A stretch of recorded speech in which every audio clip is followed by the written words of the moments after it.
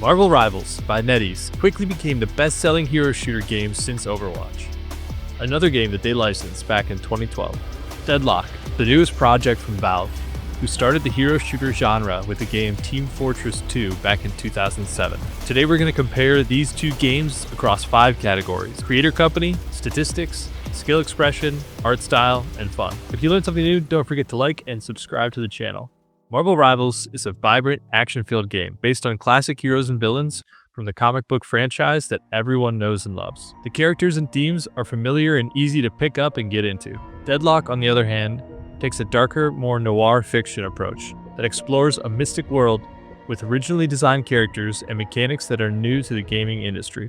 Loving both games is totally fine. You don't have to pick one. This is just a comparison to increase interest across both gamer groups and compare these two hero shooter games. Marvel Rivals partnered with NetEase to create Marvel Rivals. NetEase is a Chinese company that has been around for the past 27 years.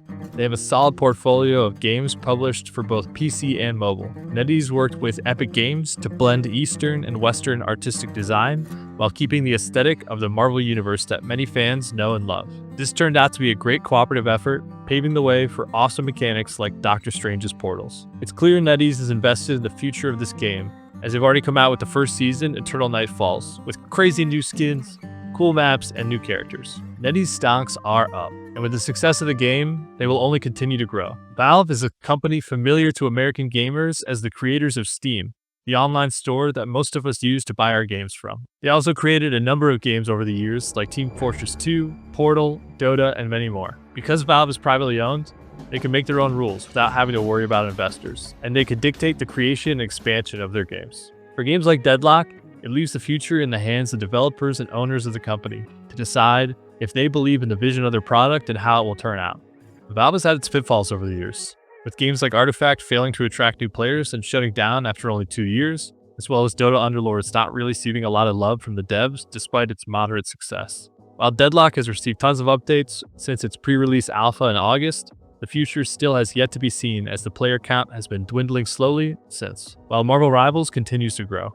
As we can see from the Steam database pages, Marvel Rivals player base completely blows Deadlock out of the water, with an all-time peak of 644,000 users compared to Deadlock's 171,000.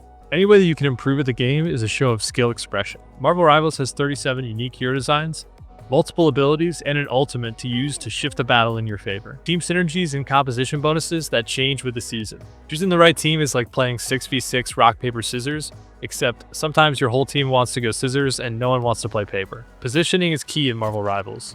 A duelist with the right flank at the right time can devastate a team's backline. My biggest point of frustration with the game is the movement. Running back from spawn can be terrible. Some heroes have abilities that can be fun, like spider swinging or Tracer, Star-Lord flying through the air, but they don't even have a simple crouch feature to slide. It's a hot take, but this oversimplification speaks to NetEase dev style and catering to a potential mobile version of the game in the future. Aim is important to both games, but lots of Marvel characters don't even have to do that. Deadlock has 26 unique hero designs. Just like Marvel Rivals, it'll be critical in Deadlock where you position yourself and when you use your abilities to give your team the advantage in a fight.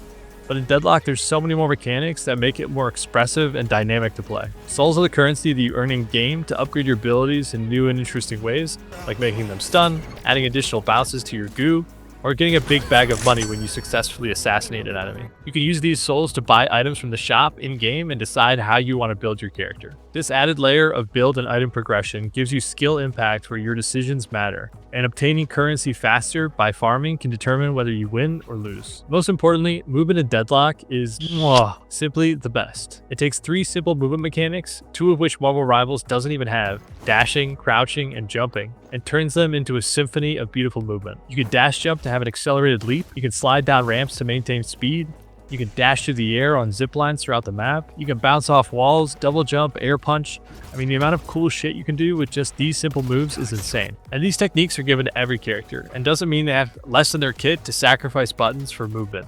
Honestly, this is the biggest differentiator between these games and how smooth they are to play. The art style in both Marvel Rivals and Deadlock take new and interesting aesthetic design choices that look incredible, Marvel Rivals character designs deliver all new interpretations of legendary heroes and villains from the comic book history.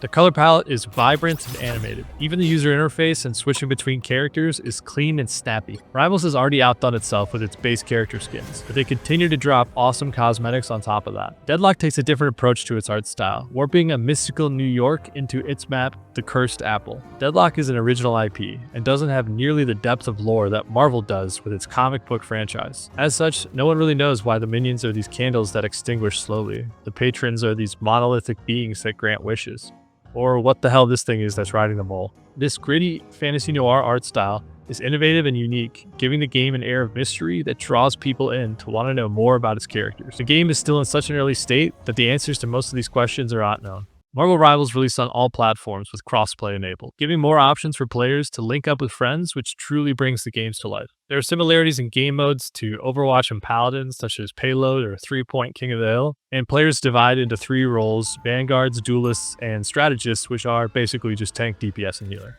Match length is between 15 to 25 minutes on average, giving a short and sweet burst of action.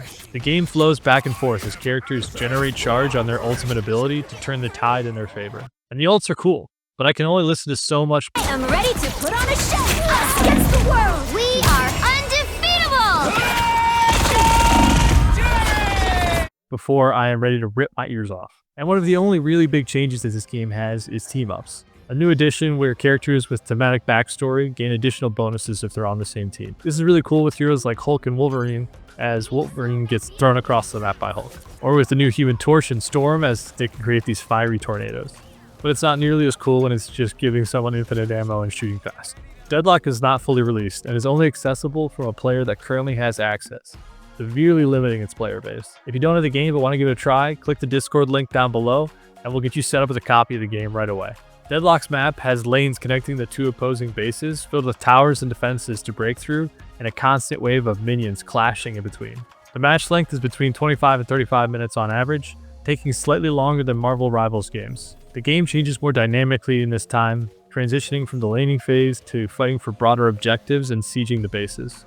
Each game has a new experience to it, as all the characters can be built in interesting ways, focusing more on tanking, supporting a specific ability, or just increasing your raw gun strength. The game length can lead to some frustratingly long matches, but I've found it much more rewarding to learn and master.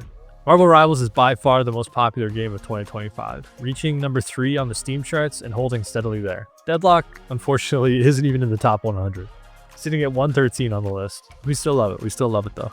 Marvel Rivals is a lot of fun, but as someone who's played a lot of Overwatch back in the day, I remember. It is a formula that I can't see myself getting back into. So yes, I'm a biased Deadlock enjoyer, I'll admit it, but this is just one gamer's opinion. However, I think Deadlock is more unique and will be a great game for both casual play and esports. I look forward to seeing what the future holds for both these games. If you played both, give me your take. Which one's your favorite? The art style in both Marvel. I need to say all this? Nope. You're done. Reaching number 4 on the. I think that's actually number 3 now.